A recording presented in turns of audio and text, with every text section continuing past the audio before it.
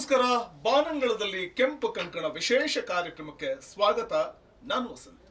ಹೌದು, ಪ್ರಮುಖವಾಗಿ ಆಕಾಶದಲ್ಲಿ ವಿಸ್ಮಯ ಒಂದು ಜರುಗಲಿದೆ. ಅದುವೇ ಕೇತುಗ್ರಸ್ತ ಚಂದ್ರಗ್ರಹಣ. ನಾವು ವೈಜ್ಞಾನಿಕವಾಗಿ ನೋಡೋದಾದ್ರೆ ಸೂರ್ಯ ಹಾಗೂ ಚಂದ್ರನ ನಡುವೆ ಭೂಮಿ ಬಂದಾಗ ಅದು ಚಂದ್ರಗ್ರಹಣವಾಗುತ್ತೆ ಅನ್ನುವಂಥದ್ದನ್ನು ನಾವು ಕೇಳಿದ್ದೀವಿ. ಆದರೆ ಆಧ್ಯಾತ್ಮಿಕವಾಗಿ ನಾವು ನೋಡೋದಾದ್ರೆ ಈ ಕೇತುಗ್ರಸ್ತ ಚಂದ್ರಗ್ರಹಣ ಅಂದ್ರೆ ಏನು, ಅದರ ಪ್ರಭಾವ ಏನು, ಯಾವೆಲ್ಲ ರಾಶಿಗಳ ಮೇಲೆ ಯಾವ ರೀತಿಯ ಪರಿಣಾಮವನ್ನು ಉಂಟು ಮಾಡುತ್ತೆ, ಅದಕ್ಕಿರುವಂತಹ ಪರಿಹಾರಗಳೇನು, ಇದೆಲ್ಲದರ ಬಗ್ಗೆ ಮಾತಾಡಲಿಕ್ಕೆ ನನ್ನ ಜೊತೆ ವಿಶೇಷ ಅತಿಥಿಯೊಬ್ಬರು ಜಾಯ್ನ್ ಆಗ್ತಾ ಇದ್ದಾರೆ. ಅವರೇ ಖ್ಯಾತ ಗುರೂಜಿ ಶ್ರೀನಿವಾಸ್ ಅವರು. ಅವ್ರನ್ನ ನಾನು ಕಾರ್ಯಕ್ರಮಕ್ಕೆ ವೆಲ್ಕಮ್ ಮಾಡ್ಕೋತೀನಿ. ಗುರೂಜಿ ನಮಸ್ತೆ, ಕಾರ್ಯಕ್ರಮಕ್ಕೆ ಸ್ವಾಗತ ನಿಮಗೆ. ನಮಸ್ಕಾರ. ಗುರುಜಿ, ಸಾಮಾನ್ಯವಾಗಿ ಚಂದ್ರಗ್ರಹಣ ಅಂತಂದಾಗ ಒಂದಷ್ಟು ಆತಂಕಗಳಿರುತ್ತೆ. ಚಂದ್ರಗ್ರಹಣ ಏನು ಎಫೆಕ್ಟ್ ಮಾಡುತ್ತೋ, ಯಾವ್ಯಾವ ರೀತಿ ಪರಿಣಾಮ ಬೀರ್ಬಿಡುತ್ತೋ, ಅದಕ್ಕೆ ಪರಿಹಾರ ಏನೋ, ಸಾಕಷ್ಟು ರೀತಿಯ ಗೊಂದಲಗಳು ಕೂಡ ಇರುತ್ತೆ. ಅದಕ್ಕೆ ಒಂದಷ್ಟು ಪರಿಹಾರಗಳೇನಿರಬಹುದು, ಮತ್ತೆ ಈ ಕೇತುಗ್ರಸ್ತ ಚಂದ್ರಗ್ರಹಣ ಅಂದ್ರೆ ಏನು, ಇದೆಲ್ಲದರ ಬಗ್ಗೆ ಒಂದಷ್ಟು ಮಾಹಿತಿಯನ್ನು ನಮ್ಮ ವೀಕ್ಷಕರಿಗೆ ತಿಳಿಸ್ಕೊಡಿ. ಆರಂಭದಲ್ಲಿ ನನ್ನ ಪ್ರಶ್ನೆ, ಈ ಕೇತುಗ್ರಸ್ತ ಚಂದ್ರಗ್ರಹಣ ಅಂದ್ರೆ ಏನು? ಶ್ರೀ ಗುರುಭ್ಯೋ ನಮಃ. ಶ್ರೀಮತಿ ರಾಮಾನುಜಾಚಾರ್ಯಾಯ ನಮಃ. ಲಕ್ಷ್ಮೀನಾಥ ಸಮಾರಂಭಂ ನಾಥಯ ಮುನಮಧ್ಯಮ ಅಸ್ಮದಾಚಾರ್ಯ ಪರ್ಯಂತ ಮುಂದೆ ಗುರುಪರಂಪರ ಯೋನಿತ್ಯಮಚ್ಯುತ ಪದಾಂಬುಜ ಯುಗ್ಮರಕ್ಮಂ ವ್ಯಾಮೋ ಅಸ್ಥಿತರಾಣಿ ತೃಣಾಯ ಮೇನೆ ಅಸ್ಮದ್ಗುರೋರ್ಭಗವತೋಸ್ಯ ದಯೈಕ ಸಿಂಧು ರಾಮಾನುಜಸ್ಯ ಶರಣೋ ಚರಣೋ ಪ್ರಪದ್ಯ. ಸಕಲ ವೀಕ್ಷಕರಿಗೂ ಸಹ ನಮಸ್ಕಾರಗಳನ್ನು ತಿಳಿಸುತ್ತಾ, ವಿಶೇಷವಾಗಿ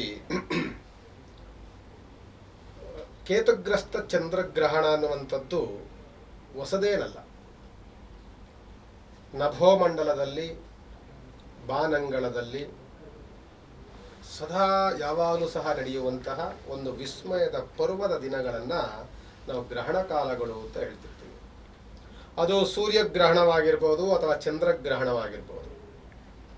ನೋಡಿ, ಇದುವರೆಗೂ ಬಂದಂತಹ ಗ್ರಹಣಗಳಲ್ಲಿ 2025ನೇ ಇಸ್ವಿ ಅಂದರೆ ವಿಶ್ವವಸು ಸಂವತ್ಸರ ಅಂತ ಏನು ಯುಗಾದಿ ತನಕ ನಾವು ತೆಗೆದುಕೊಳ್ತೀವೋ ಅಲ್ಲಿವರೆಗೂ ಬಂದಂತಹ 4 ಗ್ರಹಣಗಳು.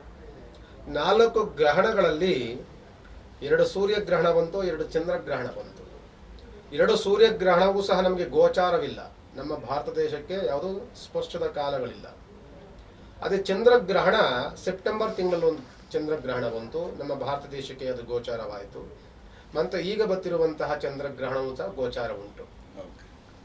ಈ ವರ್ಷದ ಆರಂಭ, ಸಂವತ್ಸರದ ಅಂತ್ಯ, 2026ರ ಹೊಸ ವರ್ಷದ ಆರಂಭ, ಸಂವತ್ಸರ ವಿಶ್ವವಸು ಸಂವತ್ಸರದ ಅಂತ್ಯದ ಗ್ರಹಣ.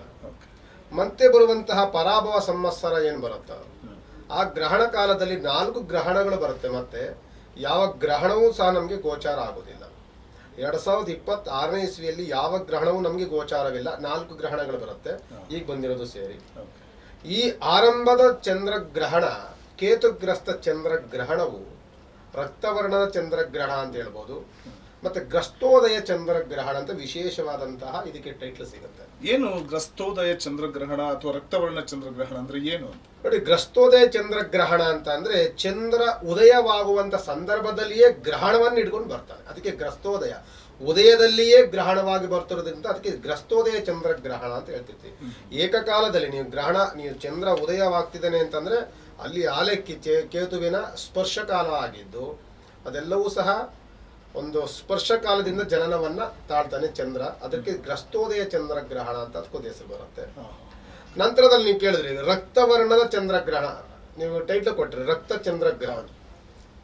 ಏನಕ್ಕಾಗಿ ರಕ್ತ ಚಂದ್ರಗ್ರಹಣ ಅಂತ ಹೇಳ್ತೀವಿ ಅಂತಂದ್ರೆ, ನೋಡಿ, ಗ್ರಹಣ ಆಗ್ತಿರುವಂತಹ ರಾಶಿ ಒಂದು ಸಿಂಹ ರಾಶಿ. ಗ್ರಹಣ ನಡೀತಿರುವಂಥದ್ದು ಸಿಂಹರಾಶಿನಲ್ಲಿ ಚಂದ್ರಗ್ರಹಣವಾಗ್ತಿದ್ರೆ ಆ ಸಿಂಹರಾಶಿ ಅಧಿಪತಿ ಯಾರು ಅಂತಂದ್ರೆ ಸೂರ್ಯದೇವ. ಆದರೆ ಗ್ರಹಣ ಆಗ್ತಿರುವಂಥದ್ದು ಚಂದ್ರನಿಗೆ. ಏನಕ್ಕಾಗಿ ಅಂತ ಅಂದ್ರೆ, ಸುಮಾರು 1 ವರ್ಷಗಳಿಂದಲೂ ಸಹ ಸೂರ್ಯ ರಾಶಿಯಲ್ಲಿರುವಂತಹ ಸಿಂಹ ರಾಶಿನಲ್ಲಿರುವಂತಹ ಕೇತುಗ್ರಹ ಅಲ್ಲಿ ಪ್ರವೇಶವಾಗುವಂತಹ ಚಂದ್ರ ಯಾವಾಗ ಅಲ್ಲಿ ಪ್ರವೇಶವಾಗ್ತಾನೆ ಅಲ್ಲಿ ಗ್ರಹಣವಾಗುತ್ತೆ. ಆದರೆ ಆ ಸಿಂಹರಾಶಿಯ ವರ್ಣ ಯಾವುದು ಅಂತಂದ್ರೆ ರಕ್ತವರ್ಣ. ಅದಕ್ಕೆ ನಾವು ಶ್ಲೋಕದಲ್ಲಿ ಹೇಳ್ತೀವಿ, ರಕ್ತವರ್ಣಂ ರಕ್ತಗಂಧಂ ರಕ್ತಗಂಧಾನುಲೇಪನಂ ರಕ್ತಛತ್ರ ಧ್ವಜಪತಾಕ ಸೇವಿತಂ ಕೂರ್ವಾಣ ಗ್ರಹ ಮಂಡಲೇ ಪ್ರವಿಷ್ಟಂ ಸಾಂಗಂ ಸಾಯುಧಂ ಸಪತ್ನಿ ಸುಪುತ್ರ ಸಪರಿವಾರ ಸಮೇತ ಸರ್ವ ಸೂರ್ಯನಿಗೆ ನಾವು ಪೂರ್ತಿ ಪೂಜೆಯನ್ನು ಮಾಡ್ಬೇಕಾದ್ರೆ ಅದು ಆ ಶ್ಲೋಕವನ್ನು ಹೇಳ್ತಿರ್ತೀವಿ. ಅಂದ್ರೆ ಒಂದೊಂದು ರಾಶಿಯ ಬಣ್ಣ ಯಾವುದು ಅಂತಂದ್ರೆ ಅದಕ್ಕೊಂದು ಬಣ್ಣ ಇರುತ್ತೆ. ನಿಮ್ಗೆ ಸಿಂಹ ರಾಶಿನಲ್ಲಿ ಗ್ರಹಣವಾದ್ರೆ ರಕ್ತವರ್ಣದ ಚಂದ್ರಗ್ರಹಣ ಅಂತ ಹೇಳ್ತಿರ್ತೀವಿ. ಧನುಸ್ ರಾಶಿ ಮೀನರಾಶಿಯಲ್ಲಿ ಆಗ್ತಿರೋದೇ ಕಿತ್ತಾಳೆ ಬಣ್ಣದ ಚಂದ್ರ ಗ್ರಹಣಗಳು ಅಂತ ನಾವು ತಿಳ್ಕೊಳ್ತೀವಿ. ಅದೇ ರೀತಿ ಕರ್ಕಾಟಕ ರಾಶಿಲಿ ಆದ್ರೆ ಶ್ವೇತವರ್ಣದ ಚಂದ್ರಗ್ರಹಣ ಅಂತ ಹೇಳ್ತಿರ್ತೀವಿ. ಅದೇ ನೀವು ಕುಂಭ ರಾಶಿನಲ್ಲೋ ಮಕರ ರಾಶಿಲಿ ಆದ್ರೆ ಅದಕ್ಕೆ ಬ್ಲೂ ಮೂನ್ ಅಂತ ಹೇಳ್ತಿರ್ತೀವಿ, ನೀಲವರ್ಣದ ಚಂದ್ರಗ್ರಹಣ. ಒಂದೊಂದು ರಾಶಿಯ ವರ್ಣವನ್ನ ಬಿಂಬಿಸುತ್ತೆ ಒಂದು ಗ್ರಹಣದ ವರ್ಣಗಳು. ಯಾವ ಯಾವ ರಾಶಿನಲ್ಲಿ ಅದು ಯಾವ್ಯಾವ ಗ್ರಹದ ಜೊತೆಯಲ್ಲಿ ಸೇರ್ಕೊಳ್ಳುತ್ತೋ ಒಂದು ಗ್ರಹಣ ಕಾಲಗಳು, ಅದಕ್ಕೆ ಒಂದು ವರ್ಣ ಒಂದು ಬಣ್ಣವನ್ನು ಸಿಗುತ್ತೆ ನಿಮಗೆ. ಆ ಭೂಮಂಡಲದಲ್ಲಿ ನಭೋಮಂಡಲದಲ್ಲಿ ಬಾನಂಗಳದಲ್ಲಿ ಕಾಣ್ತಿರುವಂತ ವರ್ಣವೂ ಅದೇ ಆಗಿರುತ್ತೆ. ಈ ಇತ್ತೀಚಿಗೆ ದಿನಗಳಲ್ಲಿ ನಾವು ಎಲ್ಲ ನೋಡಿದ್ವಿ. ಸೊ ಧನುಸ್ ರಾಶಿನಲ್ಲಿ ಗ್ರಹಣವಾಯಿತು ಅಂದ್ರೆ ಹೋದ ಒಂದು ಸೂರ್ಯ ಗ್ರಹಣವೆಲ್ಲವೂ ಕಿತ್ತಾಳೆ ವರ್ಣದ ಬಣ್ಣದಲ್ಲಿ ಗ್ರಹಣವೆಲ್ಲವೂ ನಮಗೆ ಗೋಚರವಾಯಿತು. ಯಾಕೆ ಧನುಸ್ ರಾಶಿನಲ್ಲಾಯಿತು, ಮೀನ ರಾಶಿಯಲ್ಲಾಗ್ಲಿ ಇಂಥ ರಾಶಿಗಳಾದಾಗ ಕಿತ್ತಾಳೆ ವರ್ಣದ ಒಂದು ಆಗುತ್ತೆ. ಯಾಕೆಂದ್ರೆ ಆ ರಾಶಿ ಆ ಬಣ್ಣವನ್ನು ಹೇಳುತ್ತೆ. ಅದೇ ನಿಮಗೆ ಮಕರ ರಾಶಿಗೆ ಹೋದಾಗ್ಲೋ ಅಥವಾ ನೀವು ಮಕರ ರಾಶಿಗೆ ಕುಂಭ ರಾಶಿಗೆ ಹೋದಾಗ ಆ ರಾಶಿಯ ವರ್ಣ ಅದಂತಂದ್ರೆ ನೀಲಿ ವರ್ಣ, ಅವಾಗ ನೀವು ಬ್ಲೂ ಮೂನ್ ಅಂತ ನೀವು ಅದನ್ನು ತೆಗೆದುಕೊಳ್ತೀವಿ.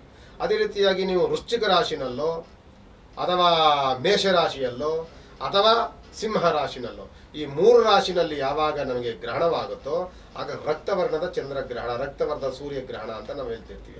ಅದೇ ರೀತಿ ಈಗ ಬಂದಂಥದ್ದು ಸಿಂಹ ರಾಶಿನಲ್ಲಿ ಯಾವಾಗ ಕೇತುಗ್ರಸ್ತ ಚಂದ್ರಗ್ರಹಣವಾಗ್ತಿದೆಯೋ ಇದಕ್ಕೆ ರಕ್ತ ಚಂದ್ರಗ್ರಹಣ ಅಂತ ಇದಕ್ಕೆ ಬಿಂಬಿಸ್ಬೇಕಾಗತ್ತೆ. ಅದೇ ಕರೆಕ್ಟ್ ಆದಂತ ಒಂದು ಟೈಟ್ಲ್. ಅದಕ್ಕೆ ನಾವು ಬಾನಂಗಳದಲ್ಲಿ ಕಾಣ್ತಿರುವಂತ ವರ್ಣವು ಹಂಗೆ ಕಾಣುತ್ತದೆ. ಓಕೆ, ಈ ಚಂದ್ರಗ್ರಹಣ ಅಂತ ಬಂದಾಗ ಗ್ರಹಣದ ಸಂದರ್ಭದಲ್ಲಿ ಈಗ ನಾವು ನಭೋಮಂಡಲದಲ್ಲಿ ತಾವು ಹೇಳಿದ ಹಾಗೆ ಒಂದು ರಕ್ತವರ್ಣದಲ್ಲಿ ಕಾಣಿಸ್ಕೊಳ್ಳುವಂತಹ ಚಂದ್ರನನ್ನು ನಾವು ನೋಡ್ತೀವಿ, ಗ್ರಹಣ ಹಿಡಿಯುವಂತ ನಾವು ನೋಡ್ತೀವಿ. ಇಲ್ಲಿ ಗ್ರಹಣದ ಸಂದರ್ಭದಲ್ಲಿ ಆಕಾಶಕಾಯಗಳ ಸ್ಥಿತಿಗತಿ ಹೇಗಿರುತ್ತೆ ಅಂತ ನೋಡಿ. ಉತ್ತಮವಾದಂತಹ ಪ್ರಶ್ನೆಗಳು ಇವೆಲ್ಲವೂ. ನಿಮ್ಮ ಉತ್ತಮವಾದಂತಹ ಪ್ರಶ್ನೆಗಳನ್ನು ನೀವು ಆರಿಸ್ಕೊಂಡಿದ್ದೀರಿ. ನಭೋಮಂಡಲದಲ್ಲಾಗುವಂತಹ ಒಂದು ವಿಸ್ಮಯದ ಪರ್ವಕಾಲ ಇವೆಲ್ಲವೂ.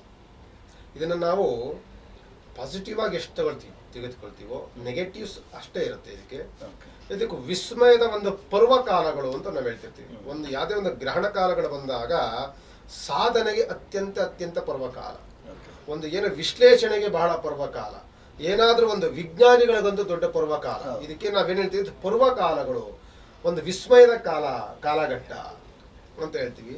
ಅದೇ ರೀತಿಯಾಗಿ ಒಂದು ಎಲ್ಲಿ ಒಳ್ಳೇದಿರುತ್ತೆ ಅಲ್ಲಿ ಕೆಟ್ಟದ್ದು ಸಹ ಇರುತ್ತೆ. ಒಂದು ಪಾಸಿಟಿವ್ ಇದ್ರೆ ಒಂದು ನೆಗೆಟಿವ್ ಅಂತ ಇದ್ದೇ ಇರುತ್ತೆ. ಅದೇ ರೀತಿಯಾಗಿ ನಭೋಮಂಡಲದಲ್ಲಾಗ್ತಿರುವಂಥ ಈ ಪರ್ವಕಾಲಗಳನ್ನು ನಾವು ಸಾಧನೆಗಳಿಗೆ, ನಮ್ಮ ಚಿಂತನೆಗಳಿಗೆ, ಇದಕ್ಕೆಲ್ಲವೂ ಸಹ ನಾವು ಅದನ್ನು ಉತ್ತಮವಾಗಿ ಉಪಯೋಗಿಸ್ಕೊಂಡಾಗ ಈ ನೀವು ಹೇಳಿದ್ರಲ್ಲ ಬಾನಂಗಳದಲ್ಲಿ ಏನೇನೋ ಒಂದು ವಿಸ್ಮಯಗಳು ನಡೀತಾ ಇರ್ತದೆ. ಈ ವಿಸ್ಮಯಗಳನ್ನ ಪರೀಕ್ಷೆ ಮಾಡಲಿಕ್ಕೆ, ವಿಸ್ಮಯಗಳನ್ನ ನೋಡ್ಲಿಕ್ಕೆ, ವಿಸ್ಮಯಗಳನ್ನ ನಾವು ಅದನ್ನ ಏನಾದರೂ ಆ ರೀತಿಯಾದ ಕೈಕರ್ಯಗಳನ್ನ ನಾವು ನಡೆಸಲಿಕ್ಕೆ, ಕಂಡು ಹಿಡಿಲಿಕ್ಕೆ ಎಲ್ಲದಕ್ಕೂ ಸಹ ಈ ಗ್ರಹಣ ಕಾಲಗಳು ಅತ್ಯಂತ ಪ್ರಮುಖ ಒಂದು ವ್ಯವಹಾರವನ್ನು ಮಾಡ್ಕೊಳ್ತೇವೆ. ಜೊತೆಗೆ ನಾವು ಮಾತಾಡುವಂತಹ ಸಂದರ್ಭದಲ್ಲಿ ಗ್ರಹಣ ಅಂತಂದಾಗ ಗ್ರಹಣದ ಸಂದರ್ಭದಲ್ಲಿ ಏನೆಲ್ಲ ಆಚರಣೆ ಮಾಡಬೇಕು ಸಹಜವಾಗಿ ಕಾಡುವಂಥ ಪ್ರಶ್ನೆ. ಗ್ರಹಣ ಆರಂಭಿಕ ಕಾಲ, ಗ್ರಹಣ ಮಧ್ಯಕಾಲ, ಗ್ರಹಣ ಮೋಕ್ಷ ಕಾಲ ಅಂತ ಇರುತ್ತೆ. ಆ ಸಂದರ್ಭದಲ್ಲಿ ನಾವು ಏನೆಲ್ಲ ಪಾಲಿಸ್ಬೇಕಾಗುತ್ತೆ ಅಂತ ನೋಡಿ. ಗ್ರಹಣ ಕಾಲಗಳು ಬಂದಾಗ ನಿಮ್ಮಿಂದ ಹಿಡಿದು ನನ್ನಿಂದನೂ ನಾನು ಹೇಳ್ತೇನೆ, ಪ್ರತಿಯೊಬ್ಬ ವ್ಯಕ್ತಿ ಮಾಡಬೇಕಾಗಿರುವಂತಹ ಒಂದು ಕೈಂಕರ್ಯ ಏನು ಅಂತ ಅಂದ್ರೆ, ಈ ಗ್ರಹಣ ಕಾಲವನ್ನ ನೀವು ಶುಚಿರ್ಭೂತರಾಗಿ ಸ್ನಾನವನ್ನು ಮಾಡಿ ಶುಚಿರ್ಭೂತರಾಗಿ ಕೂತ್ಕೊಂಡು ನಾವು ಏನಾದರೂ ಒಂದು ಮಾಡಬೇಕು, ಏನಾದರೂ ಒಂದು ಅನ್ಕೊಂಡಿದೀವಿ, ಇದು ಆಗ್ತಾ ಇಲ್ಲ, ಆಗಬೇಕು ಅಂತ ಅಂದಾಗ ಅದನ್ನು ಸಿದ್ಧಿ ಮಾಡ್ಕೊಳ್ಳಿದ್ದಕ್ಕೆ ಈ ಗ್ರಹಣ ಕಾಲಗಳು ಅತ್ಯಂತ ಪ್ರಾಪ್ರದ. ಅದಕ್ಕೋಸ್ಕರವಾಗಿ ಈ ನಾನೇನು ಮಾಡ್ತೀನಿ ಅಂತಂದರೆ ಮಂತ್ರ ಸಿದ್ಧಿನ ನಾನು ಮಾಡ್ಕೊಳ್ತೀನಿ. ಆ ಟೈಮಲ್ಲಿ ನಾನು ಕೂತ್ಕೊಂಡು ಜಪ ಮಾಡ್ತೀನಿ. ನಮಗೆ ಶ್ಲೋಕಗಳು ನಮಗೆ ಇದು ಭಾಳ ಪವರ್ಫುಲ್ ಶ್ಲೋಕ, ಇದು ನಾನೊಂದು ಅಧ್ಯಯನ ಮಾಡಿ ನಾನು ಸಿದ್ಧಿ ಮಾಡ್ಕೊಳ್ಬೇಕು ಅಂದರೆ ಆ ಶ್ಲೋಕವನ್ನು ಅಧ್ಯಯನವನ್ನು ಮಾಡ್ತೇನೆ. ಅದೇ ರೀತಿಯಾಗಿ ನನ್ನ ಕಷ್ಟ ಕಾಲಗಳಿದೆ ಅಂತಂದ್ರೆ ಕಷ್ಟ ಕಾಲವನ್ನ ಮರಲಿಕ್ಕೆ ಅದಕ್ಕೆ ಸಂಬಂಧಪಟ್ಟಂತಹ ಶ್ಲೋಕಗಳನ್ನ, ಅದಕ್ಕೆ ಬೀಜಾಕ್ಷರ ಮಂತ್ರಗಳನ್ನ ಅಥವಾ ದೈವತ ಆರಾಧನೆಗಳನ್ನ ನೆನಪಿಸುತ್ತಾ ನಾನು ಒಂದು ಧ್ಯಾನಕ್ಕೆ ಕೂತ್ಕೊಳ್ತೇನೆ. ಇದು ಈ ಗ್ರಹಣ ಕಾಲವನ್ನ ನಿಮಗೆ ಅತ್ಯಂತ ನೀವು ಬೇರೆ ಸಮಯದಲ್ಲಿ ಮಾಡೋದಕ್ಕೂ ಇದಕ್ಕೂ ಮಾಡೋದಕ್ಕೂ ತುಂಬಾ ವ್ಯತ್ಯಾಸಗಳಿರುತ್ತೆ. ನೀವು 10% ನಿಮಗೆ ಅಲ್ಲಿ ಲಾಭ ಸಿಗ್ತಿದೆ ಅಂದ್ರೆ 100% ನಿಮಗೆ ಬೆನಿಫಿಟ್ ಸಿಗುತ್ತೆ. ಅದಕ್ಕೋಸ್ಕರವಾಗಿ ಈ ನೀವು ಮಾಡಬೇಕು, ನಾನು ವಾಕ್ ಸಿದ್ಧಿ ಆಗಬೇಕು. ನೀವು ಆಂಕರ್ಗಳಲ್ಲಿ ನೀವೇನು ಮಾಡಬೇಕು ಅಂದ್ರೆ ವಾಕ್ ಸಿದ್ಧಿ ಆಗಬೇಕು. ನಿಮಗೆ ನೀವು ಮಾತನಾಡುವಂಥದ್ದು ಬಹಳ ಕ್ಲಾರಿಟಿ ಬೇಕು. ನಿಮಗೆ ಅದು ಸಿದ್ಧಿ ಆಗಬೇಕು ಅಂತ ಅಂದಾಗ ಇದನ್ನು ಕೂತ್ಕೊಂಡು ನೀವು ಅವಾಗ ನೀವು ಸರಸ್ವತಿ ಧ್ಯಾನವನ್ನು ಮಾಡ್ಬೋದು. ಇಂಥ ಟೈಮಲ್ಲಿ ನೀವು ಈ ಗ್ರಹಣ ಕಾಲದಲ್ಲಿ ಸರಸ್ವತಿ ಧ್ಯಾನವನ್ನ, ಬ್ರಹ್ಮನ ಧ್ಯಾನವನ್ನ, ಇದೆಲ್ಲವೂ ಸಹ ವಾಗ್ದೇವಿ ಚ ವಿದ್ಮೆ ಬ್ರಹ್ಮಪತ್ನಿ ಚ ಧೀಮಹಿ ತನ್ನೋ ಸರಸ್ವತಿ ಪ್ರಚೋದಯಾತ್, ವಾಗ್ದೇವಿ ಚ ವಿದ್ಮೆ ಗೀರ್ವಾಣಿ ಚ ಧೀಮಹಿ ತನ್ನೋ ಸರಸ್ವತಿ ಪ್ರಚೋದಯ. ಸರಸ್ವತಿಯನ್ನು ನೀವು ಧ್ಯಾನವನ್ನು ಮಾಡಬೇಕು. ನಾನು ಮಾಡಬೇಕಾಗಿರುವಂಥ ನನ್ನ ಕೈಂಕರ್ಯಕ್ಕೆ ನಾನು ಎಲ್ಲ ದೇವರುಗಳನ್ನು ನಾನು ಧ್ಯಾನವನ್ನು ಮಾಡ್ಬೋದು. ಏನಕ್ಕೆ ಅಂತಂದ್ರೆ ನನಗೆ ಎಲ್ಲ ಶ್ಲೋಕಗಳನ್ನು ಹೇಳ್ತಿರ್ತೀವಿ, ಎಲ್ಲ ಭಗವಂತನ ಧ್ಯಾನವನ್ನು ಮಾಡ್ತಿರ್ತೀವಿ, ಪೂಜೆ ಪುನಸ್ಕಾರಗಳು, ಹೋಮ ಹವನಗಳನ್ನು ಮಾಡಿ ಇಂಥದನ್ನು ಮಾಡಬೇಕು. ಜೊತೆಯಲ್ಲಿ ಈ ಗ್ರಹಣ ಕಾಲವನ್ನ ನೋಡಿ, ಸುಮಾರು ದಿನಗಳಲ್ಲಿ ನಾವು ನೋಡಿರ್ತೀವಿ, ನಮ್ಮ ಯಾರೋ ಹಿರಿಯರೊಬ್ಬರು ಕಾಲವಾಗಿರ್ತಾರೆ, ಅವ್ರಿಗೆ ಸದ್ಗತಿ ಆಗಿರೋದಿಲ್ಲ. ಸೊ ನಮಗೆ ಅನ್ನಿಸ್ತಾ ಇರ್ತದೆ, ನಮ್ಗೆ ತಂದೆಯವರು ಇನ್ನೊಬ್ರು ಯಾರೋ ತೀರ್ಕೊಂಡಿದ್ದು ಸಮಯ ಚೆನ್ನಾಗಿಲ್ಲ, ಅವ್ರು ತೀರ್ಕೊಂಡಿದ್ದ ರೀತಿ ಚೆನ್ನಾಗಿಲ್ಲ, ಒಂದು ಆಕ್ಸಿಡೆಂಟ್ ಆಗೋಯ್ತು, ಅಥವಾ ಇನ್ನೇನೋ ನರಳಿ ನಮಗೆ ಅವನು ಸಾವನ್ನಪ್ಪಿದ್ರು, ಆಮೇಲೆ ನಮಗೆ ಗೊತ್ತಿಲ್ಲದಂಗೆ ಹಠಾತ್ ಆಗಿ ನಮಗೆ ಹಾರ್ಟ್ ಅಟ್ಯಾಕ್ ಆಗಿ ಹೋಗ್ಬಿಟ್ರು, ನಮ್ಮ ಜೊತೆ ಇನ್ನೂ ಅವರು ಇರ್ಬೋದಾಗಿತ್ತು. ಈ ತರದೆಲ್ಲವೂ ಕೆಲವು ಬರ್ತಿರ್ತದೆ. ಇವೆಲ್ಲ ಈ ಪಿತೃದೋಷ ಪರಿಹಾರಕ್ಕೆ ಸೂಕ್ತ ಕಾಲಗಳು. ಪಿತೃದೋಷ ಪರಿಹಾರಗಳಿಗೆ ಮೋಕ್ಷಕ್ಕೆ ಅತ್ಯಂತ ಪೂರ್ವಕಾಲ ಇದು. ಅದಕ್ಕೆ ಈ ಸಂದರ್ಭದಲ್ಲಿ ಅವರಿಗೆ ತರ್ಪಣ ಬಿಡೋದು, ಸಪಿಂಡೀಕರಣಗಳನ್ನು ಮಾಡಿಸೋದು, ಅಥವಾ ನೀವು ಯಾವ್ದಾದ್ರು ಆತ್ಮಶಾಂತಿ ಪೂಜೆಗಳನ್ನು ಮಾಡಿಸೋದು, ಸದ್ಗತಿ ಸಿಗಲಿಕ್ಕೆ ಅನುಕೂಲಕರವಾದಂತಹ ಪೂಜಾ ಕೈಂಕರ್ಯಗಳನ್ನು ಮಾಡಲಿಕ್ಕೆ ಈ ಗ್ರಹಣ ಪರ್ವಕಾಲ ನಿಮಗೆ ಅತ್ಯಂತ ಫಲಪ್ರದ. ಕೆಲವರು ನೀವು ನೋಡಿದ್ರೆ ಎಲ್ಲೋ ಪಿತೃದೋಷ ಇದೆ, ನಾರಾಯಣ ಬಲಿ ಮಾಡಿಸಿ, ನೀವು ಅಲ್ಲೋಗಿ ಒಂದು ಮೋಕ್ಷ ಬಲಿ ಮಾಡಿಸಿ, ನೀವು ಇದೆಲ್ಲ ಹೇಳ್ತಿರ್ತಾರೆ. ಇಂಥ ಕಾಲಗಳನ್ನು ನಾವು ತೆಗೆದುಕೊಂಡು ಗ್ರಹಣ ಕಾಲವನ್ನ ನಾವು ಶುಚಿರ್ಭೂತರಾಗಿ, ಜಾಸ್ತಿ ಸಮಯನೇ ಇರೋದಿಲ್ಲ ನಿಮಗೆ, ಬೇಗ ಜಾಸ್ತಿ ನಿಮಗೆ ಖರ್ಚು ಆಗೋದಿಲ್ಲ. ಒಂದು 50 ಗ್ರಾಮ್ ಎಳ್ಳು, ಒಂದು ಅರ್ಧ kg ಅಕ್ಕಿ ಹಿಟ್ಟು ಇದೆಲ್ಲ ತಗೊಂಡು ಸಪಿಂಡೀಕರಣವನ್ನು ಮಾಡಿಬಿಟ್ರೆ ಅವ್ರಿಗೆ ಸದ್ಗತಿ. ಅಂತಹ ಯಾವುದೋ ಒಂದು ಆತ್ಮದೋಷದಲ್ಲಿ ಪಿತೃಗಳಿಗೆ ಮೋಕ್ಷ ಸಿಕ್ಕಿಲ್ಲ ಅಂದ್ರೆ ಮೋಕ್ಷ ಸದ್ಗತಿ ಕೊಡ್ಲಿಕ್ಕೆ ಈ ಗ್ರಹಣ ಕಾಲವನ್ನ ನಾವು ಉತ್ತಮವಾಗಿ ಬಳಸ್ಕೊಂಡು ಅವ್ರಿಗೆ ಸದ್ಗತಿಯನ್ನು ಕೊಟ್ಟಾಗ ಅವರ ಅನುಗ್ರಹ ನಮ್ಮ ಕುಟುಂಬದ ಮೇಲೆ ಬೀಳುತ್ತೆ. ಅಂಥದನ್ನು ಮಾಡಬೇಕು. ಸಾಕಷ್ಟು ವಿಚಾರವನ್ನು ತಿಳಿಸ್ಕೊಡ್ತೀನಿ. ನನಗಂತೂ ಇದು ಒಂದಷ್ಟು ಕ್ಯೂರಿಯಾಸಿಟಿ ಇದೆ ಗ್ರಹಣದ ಸಂದರ್ಭದ ವಿಚಾರಗಳು ಅಂತ ಹೇಳಿದಾಗ. ಅಂದ್ರೆ ಈ ಚಂದ್ರಗ್ರಹಣ, ಕೇತುಗ್ರಸ್ತ ಚಂದ್ರಗ್ರಹಣ, ಇದರ ಪೌರಾಣಿಕ ಅಥವಾ ಪುರಾಣದ ಐತಿಹ್ಯ ಏನು, ಅದ್ರ ಬಗ್ಗೆ ತಿಳಿಸ್ಕೊಡಿ. ಅಲ್ಲ, ಇದು ಸುಮಾರು ಜನ ನಾವೇ ಸುಮಾರು ವಾಹಿನಿಗಳಲ್ಲಿ ಇದನ್ನೆಲ್ಲವೂ ಸಹ ಹೇಳ್ಬಿಟ್ಟಿರ್ತೀವಿ. ನಿಮಗೆ ಪುರಾಣ ತೆಗೆದು ಬಹಳ ಸಂಕ್ಷಿಪ್ತವಾಗಿ ಹೇಳ್ತೀನಿ ನಾನು. ಪುರಾಣದಲ್ಲಿ ಸಮುದ್ರ ಮಥನ ಕಾಲವನ್ನು ಮಾಡಿದಾಗ ಅಮೃತ ಮತ್ತೆ ವಿಷ ಹುಟ್ಟುತ್ತೆ. ಅದು ಅಮೃತ ವಿಷ ಹುಟ್ಟಿದಾಗ ಅಮೃತವನ್ನ ಮೊದಲು ವಿಷ ಹುಟ್ಟುತ್ತೆ. ವಿಷವನ್ನ ಪರಮೇಶ್ವರ ಅದನ್ನ ಸೇವನೆ ಮಾಡ್ತಾರೆ. ನಂತರದಲ್ಲಿ ಅಮೃತ ಸಿಗುತ್ತೆ. ಅಮೃತವನ್ನ ಹಂಚಲಿಕ್ಕೆ ಮಹಾವಿಷ್ಣು ಮೋಹಿನಿ ಅವತಾರವನ್ನ ತಾಳ್ತಾರೆ. ಧನ್ವಂತರಿ ಪೂಜೆಯಿಂದ ಮಾಡ್ತಿರ್ತೀವಿ ಈಗಲೂ. ಆರೋಗ್ಯ ದೇವರವರು ಆ ಧನ್ವಂತರಿ ಎಂದು ಮೋಹಿನಿ ಹೆಣ್ಣಿನ ಅವತಾರವನ್ನ ತಾಳ್ದಂತಹ ಮಹಾವಿಷ್ಣು ಇದಲ್ಲಿದ್ದಾಗ ಸಿಮ್ಮಿಕಾ ಅಂತ ಒಬ್ಬ ರಾಕ್ಷಸ ಇರ್ತಾನೆ, ಸಿಮ್ಮಿಕಾ. ಆ ಸಿಮ್ಮಿಕಾ ಏನ್ ಮಾಡ್ತಾನೆ, ಇವ್ರೇನೋ ದೇವತೆಗಳು ಮೋಸ ಮಾಡ್ತಿದ್ದಾರೆ ನನಗೆ, ನಮ್ಮ ರಾಕ್ಷಸರ ಗುಂಪಿಗೆ, ನಾನು ಇದನ್ನೇನಾದ್ರು ಮಾಡ್ಬೇಕು ಅನ್ಮಾಡ್ತಾನೆ. ಅವನೇನ್ ಮಾಡ್ತಾನೆ, ಒಂದು ದೇವತಾ ಅವತಾರವನ್ನ ತಾಳಿ ಆ ವೇಷವನ್ನ ಧರಿಸಿ ದೇವತೆಗಳ ಸಾಲಲ್ಲಿ ಕೂತ್ಕೊಳ್ತಾರೆ. ಈ ಮಹಾವಿಷ್ಣುವಿನ ಮಾಡ್ತಾನೆ, ದೇವತೆಗಳನ್ನ ಒಂದು ಭಾಗದಲ್ಲಿ, ರಾಕ್ಷಸನ ಒಂದು ಭಾಗದಲ್ಲಿ ಕೂರಿಸಿ ಆ ಅಮೃತವನ್ನ ಸಮನಾಗಿ ಹಂಚ್ಬೇಕು. ತನ್ನ ಚಕ್ರವನ್ನೇ ಸೂಟನ್ನಾಗಿ ಮಾಡ್ಕೊಂಡಿರ್ತಾನೆ. ಈ ತರ ಬಿದ್ರೆ ಅಮೃತವಾಗುತ್ತೆ, ಉಲ್ಟಾ ಬಿದ್ರೆ ವಿಷವಾಗುತ್ತೆ. ಆ ರೀತಿ ಭಗವಂತನ ಕೈ ಚಳಕ ಇರುತ್ತೆ. ಈ ಸಿಮ್ಮಿಕಾ ಎಂಬ ರಾಕ್ಷಸ ಏನ್ ಮಾಡ್ತಾನೆ, ದೇವತೆಗಳ ಸಾಲಿನಲ್ಲಿ ಕೂತ್ಕೊಂಡಿದ್ದ ಸಿಮ್ಮಿಕಾ ಅಮೃತವನ್ನ ಇಸ್ಕೊಳ್ತಾನೆ, ಅಮೃತವನ್ನ ಕೊಡ್ತಾನೆ. ಇದನ್ನ ವೀಕ್ಷಣೆ ಮಾಡ್ತಿದ್ದವ್ರು ಯಾರು ಅಂತಂದ್ರೆ ಸೂರ್ಯ ಅಂಡ್ ಚಂದ್ರ ಇಬ್ರು ನೋಡ್ತಿರ್ತಾರೆ. ನಾವು ಯಾವುದೇ ಒಂದು ಒಂದು ಒಂದು ಪೂಜಾ ಕೈಂಕರ್ಯಗಳು ಮಾಡ್ಬೇಕಾದ್ರೆ ನಮ್ಮ ಸಂಪ್ರದಾಯಗಳೇನಿರುತ್ತೆ ಅಂತಂದ್ರೆ, ಮನೆಗಳಲ್ಲೂ ಅಷ್ಟೇ ನೇರವಾಗಿ ಊಟವನ್ನು ಮಾಡೋದಿಲ್ಲ, ನಾವು ಮಾಡಬಾರ್ದು. ಒಂದು ಶ್ಲೋಕವನ್ನು ಹೇಳ್ಕೋಬೇಕು, ಅಥವಾ ಒಂದು ಅನ್ನಪೂರ್ಣೇಶ್ವರನ್ನ ನೆನೆಸ್ಕೊಳ್ಬೇಕು, ಅಥವಾ ಅನ್ನವನ್ನ ಬೆಳೆದಂತ ರೈತನಾದ್ರೂ ನೆನೆಸ್ಕೊಂಡು ನಾವು ಕಣ್ಣು ಕೊತ್ಕೊಂಡು ನಾವು ತಿಂತಿರ್ತೀವಿ ಅಲ್ವಾ. ಇವ್ರೇನ್ ಮಾಡ್ತಾರೆ, ನೀವು ರಾಕ್ಷಸರು ಏನ್ ಮಾಡ್ತಾರೆ ಅಂದ್ರೆ, ಆಚಾರವಿಲ್ಲದವ್ರು ಏನ್ ಮಾಡ್ತಿರ್ತಾರೆ, ದಬಕ್ ಅಂತ ತಿನ್ಬಿಡೋದು, ಬಾಯಿಗೆ ಹಾಕೊಂಡ್ಬಿಡೋದು. ಇದನ್ನ ಮಾಡ್ತಾರೆ. ಅವ್ರಿಗೆ ಗೊತ್ತಿರುತ್ತೆ ಈ ದೇವತೆಗಳನ್ನ ಮಾಡ್ತಾರೆ, ಒಂದು ಶ್ಲೋಕವನ್ನು ಹೇಳಿ ಅದನ್ನ ಸ್ವೀಕಾರವನ್ನು ಮಾಡ್ತಾರೆ. ಆದ್ರೆ ಇವನು ಸಿಮ್ಮಿಕಾ ಏನ್ ಮಾಡ್ತಾನೆ, ಆತರ ಅವನಿಗೆ ಕೊಡ್ತಿದ್ದಂಗೆ ಅಮೃತ ದಬಕ್ ಅಂತ ಬಾಯಿಗೆ ಹಾಕೊಂಡ್ಬಿಡ್ತಾನೆ. ಇದನ್ನ ನೋಡ್ತಿದ್ದಂತಹ ಸೂರ್ಯಚಂದ್ರ ಏನ್ ಮಾಡ್ತಾರೆ, ಇವನು ದೇವತೆ ಅಲ್ಲ, ಇವನು ರಾಕ್ಷಸ ನೋಡಿ ತಗಂತ ತಿಂತಾ ಇದ್ದಾನೆ ಇವನು ರಾಕ್ಷಸ ಅಂತ ಅಂದ ತಕ್ಷಣ ಮಹಾವಿಷ್ಣು ಗೊತ್ತಾಗುತ್ತೆ. ಅವ್ರೇನ್ ಮಾಡ್ತಾರೆ, ಚಕ್ರ ಇರುತ್ತದಲ್ಲ ಸೌಟು, ಅದೇ ಚಕ್ರ ಶಿರಸ್ಸನ್ನ ಛೇದನವನ್ನು ಮಾಡ್ತಾರೆ. ಅಮೃತವನ್ನ ಸೇವನೆ ಮಾಡಿದಾಗ ಏನಾಗುತ್ತೆ, ಈ ತಲೆಯಲ್ಲಿ ಬಾಯಿನಲ್ಲೂ ಇರುತ್ತೆ ಅಮೃತ, ದೇಹಕ್ಕೂ ಅಮೃತ ಹೋಗಿರುತ್ತೆ. ಅವಾಗ ಎರಡಕ್ಕೂ ಸಾವರಲ್ಲ, ಎರಡೂ ಒದ್ದಾಡುತ್ತಿರುತ್ತೆ. ಅವಾಗ ಏನ್ ಮಾಡ್ತಾರೆ ಮಹಾವಿಷ್ಣು, ಅಲ್ಲೇನೆ ಸಾವಿಲ್ವಲ್ಲ ಅವ್ರಿಗೆ, ಅದಕ್ಕೊಂದು ರೂಪ ಕೊಡ್ಬೇಕಲ್ಲ, ಅಲ್ಲೇ ಹೋಗ್ತಿದ್ದ ಒಂದು ಸರ್ಪವನ್ನು ಛೇದನವನ್ನು ಮಾಡಿ ತಲೆ ಇರೋದಕ್ಕೆ ಆವಿನ ದೇಹವನ್ನ ಹಾಕ್ತಾರೆ. ಆ ದೇಹ ಇದ್ದಿದ್ದಕ್ಕೆ ಆವಿನ ತಲೆಯನ್ನು ಇಟ್ಕೊಟ್ಟು ಅವ್ರಿಗೆ ಜೀವ ಬರುತ್ತೆ. ಅವಾಗ ರಾಹು ಕೇತುಗಳನ್ನಾಗಿ ಮಾಡ್ತಾರೆ. ನಾವೇನ್ ಮಾಡೋದು, ಈ ತರ ಅವತಾರವನ್ನು ಮಾಡುತ್ತೆ ನಮಗೆ ಈ ರೀತಿ ಹೆಂಗೆ ನಾವು ಬದುಕೋದು ಅಂತ ಅಂದಾಗ ನವಗ್ರಹಗಳಲ್ಲಿ ನಿಮಗೊಂದು ಸ್ಥಾನವನ್ನು ಕೊಡ್ತೇವೆ. ನೀವು ಒಂದು ಕೀಟರಾಶಿಯಾಗಿ ಅಂದ್ರೆ ಛಾಯಾಗ್ರಹಗಳಾಗಿ ನೀವು ಸಹ ಪೂಜೆಗೆ ಸಲ್ಲುವಂತಹ ವ್ಯಕ್ತಿಗಳಾಗಿರ್ತೀರಿ. ನಿಮಗೂ ಪೂಜೆ ಸಲ್ಲುತ್ತೆ, ಎಲ್ಲ ಮಾನವರು ನಿಮಗೂ ಪೂಜೆ ಮಾಡ್ತಾರೆ. ಆದ್ರೆ ಆಹಾರಕ್ಕೆ ಏನು ಮಾಡೋದು, ನಮ್ಗೆ ಈ ತರ ಕಷ್ಟ ಬರೋಕ್ಕೆ ಇವರೇ ಕಾರಣ ಅಂತ ಅಂದಾಗ ತೊಗೊಳ್ಳಿ, ವರ್ಷಕ್ಕೊಂದ್ಸಲಿ 2 ಬಾರಿ ಇವ್ರಿಗೆ ಹಿಂಸೆ ಕೊಡಿ, ನೀವು ಏನ್ ಬೇಕಾದ್ರೆ ನೀವು ಕೊಡ್ಬೋದು, ಶಿಕ್ಷೆ ಕೊಡ್ಬೋದು ಅಂದಾಗ ಏನ್ ಮಾಡ್ತಾರೆ, ಅವ್ರಿಗೆ ಹೊಟ್ಟೆಗೆ ಆಹಾರ ಏನು ಅಂತಂದ್ರೆ ಅವ್ರು ನುಂಗೋದು. ಸೊ ಕೇತು ಗ್ರಹ ಬಂದು ಚಂದ್ರನ ಇಟ್ಕೊತಾರೆ, ರಾಹು ಬಂದು ಸೂರ್ಯನ ಇಟ್ಕೊಳ್ತಾರೆ.